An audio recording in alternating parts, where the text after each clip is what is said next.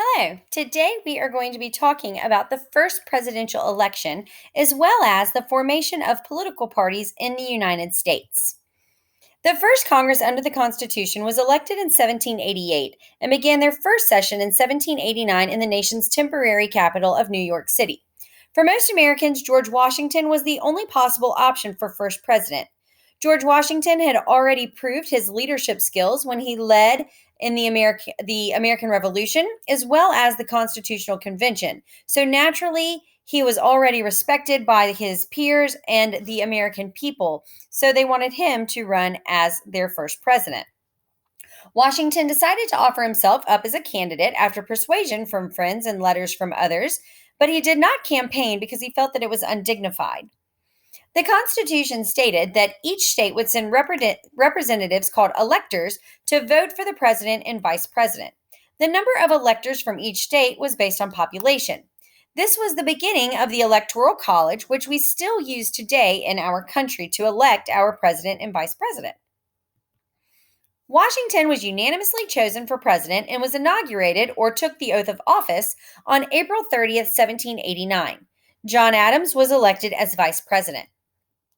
No one had ever done the job before, so there was not a day to day framework that helped the president lead the country. The Constitution had a very broad framework, but everything else was going to have to be decided on by President Washington. He set a precedent for future leaders of how to run the country. The 10th Amendment said that the national government was only allowed to do what the Constitution specifically said. However, the Constitution did not put into place any sort of advice for the president, any sort of advisors or helpers. And so the government was forced to bend those rules when they created the government department heads. Congress had to create them in order to help the president lead the nation. The president was given the power to appoint people to the head of each department, which he called his cabinet, and they were going to assist him with the issues that arose from day to day.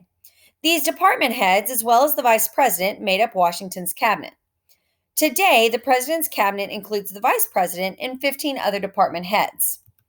President Washington's cabinet included Henry Knox, which was the Secretary of War, Alexander Hamilton, who was the Secretary of Treasury, Thomas Jefferson, the Secretary of State, and Edmund Randolph, the Attorney General.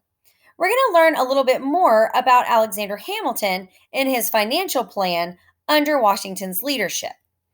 The new government had a financial crisis.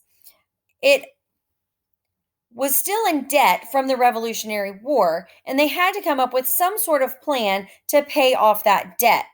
It was Alexander Hamilton's job to create that financial plan for the United States.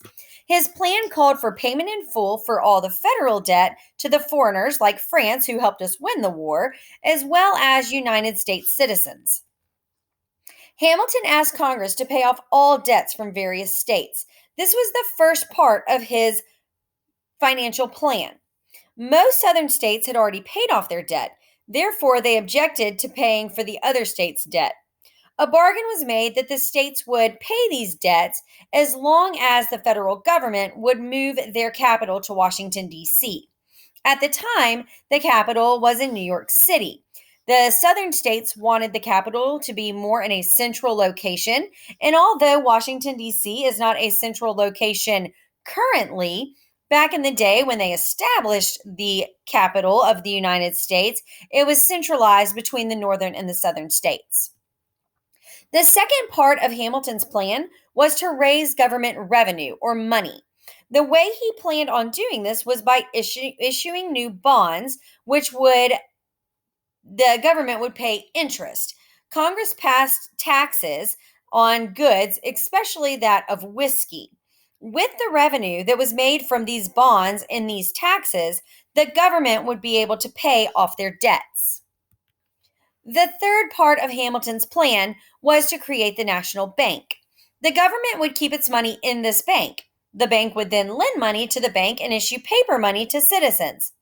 Thomas Jefferson was opposed to the idea of the bank because it was not created by the Constitution. These issues between Alexander Hamilton and Thomas Jefferson are going to lead to quite a few conflicts within the cabinet, and it's going to, in turn, divide the people and create political parties. We're going to learn a little bit more about the political parties since we're talking about Alexander Hamilton's financial plan. And then in our next video, we'll move into what George Washington warned against with political parties in his farewell address. So let's look at some political parties. After the president's second term, Washington decided not to run. In his farewell address, he warns against political parties. He says that political parties are going to divide our nation, and he also warned against getting involved in outside wars or conflicts. His advice to avoid political parties was completely ignored, and they were already forming political parties by the time he was giving his farewell speech. There were two major political parties that the country was divided into, and even though Washington warned against it, the political parties began around two members of the cabinet. The Federalist Party is the first party we're going to look at, and this party was led by Alexander Hamilton. He believed that wealthy and educated people should run the country. He wanted a powerful national government, and he favored a loose interpretation of the Constitution. The Federalist Party supported the National Bank in debt plan and was mostly supported by people who lived in the North, such as merchants and manufacturers. Federalists also wanted to form an alliance with Britain. The other political party that formed was the Democratic Republican Party. This party was led by Thomas Jefferson. Jefferson believed that common people should run the country. He wanted a small national government and also favored a strict interpretation of the Constitution. The Democratic Republican Party was against the National Bank and Hamilton's plan. It was mostly supported by farmers and workers, and the Democratic Republican Party wanted to form alliances with France. So, this breakdown of political parties is going to lead to quite a bit of conflict within the country that we will see as we move forward. But it's important that you understand the differences that they had as we move into the next three presidents that we'll be discussing in future videos.